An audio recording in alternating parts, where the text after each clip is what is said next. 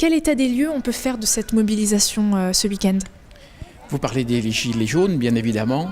Il y a eu effectivement une forte mobilisation, puisque sur l'ensemble de l'arrondissement, on peut estimer samedi environ 1200 manifestants. 200 et peut-être un peu plus à Sarreguemines et sur différents points de l'arrondissement, que ce soit à la Hermès-Capelle, à Rohrbach-les-Bitches, à Bitche, des groupes de manifestants entre 100 et 150.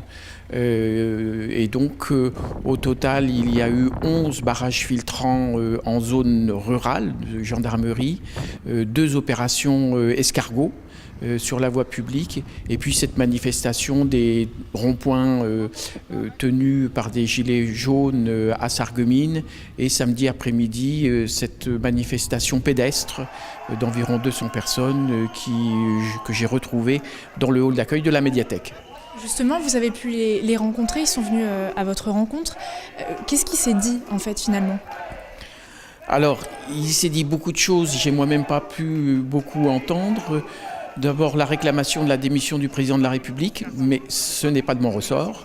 Et ensuite, c'était un petit peu brouillon, mais c'était sur différentes taxes, différentes coûts de la vie quotidienne dont les gens se plaignent. Manifestement, c'était des gens de classe populaire qui étaient devant moi. Mais c'était un petit peu confus comme discours. Comme revendication, mais c'est ce que j'ai compris. On ne s'en sort pas à la fin du mois. Notre salaire ne suffit pas à payer tout ce que nous devons payer pour les actes de la vie quotidienne.